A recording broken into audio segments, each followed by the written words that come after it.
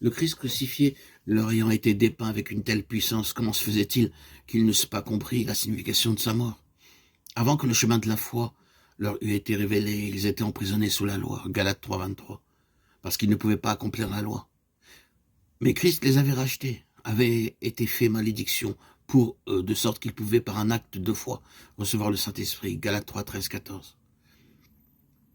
Et par sa puissance, en eux, marcher en nouveauté de vie.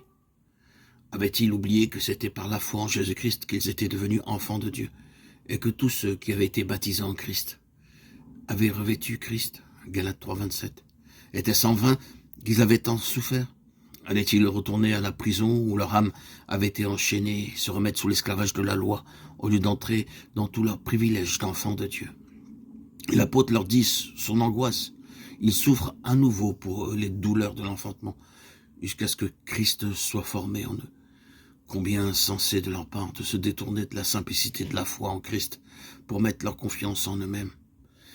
Et derrière les instruments, les hommes dont ils se servent, Paul discerne à l'œuvre le grand ennemi des âmes qui cherchent incessamment à prendre dans ses filets les enfants de Dieu et à les éloigner du calvaire.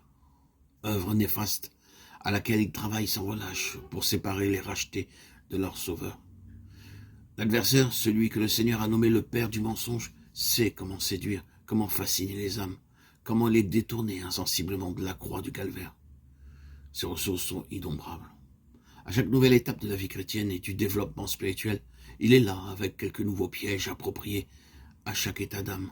Partout où sont nées et se sont propagées quelques doctrines d'erreur, quelques déformations de la vérité, nous retrouvons à leur origine cet oubli du calvaire, sous son double aspect, pardon et sanctification, comme base essentielle de vie chrétienne, comme centre de vie d'où rayonne tout autre élément de vérité.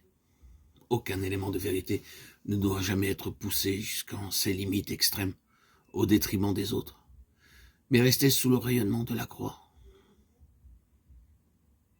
Suivre le chemin de la foi, c'est regarder constamment à Jésus-Christ crucifié, en comptant sur l'Esprit de Dieu pour que s'exerce en nous la puissance de séparation de sa mort, d'abord, puis celle de sa vie.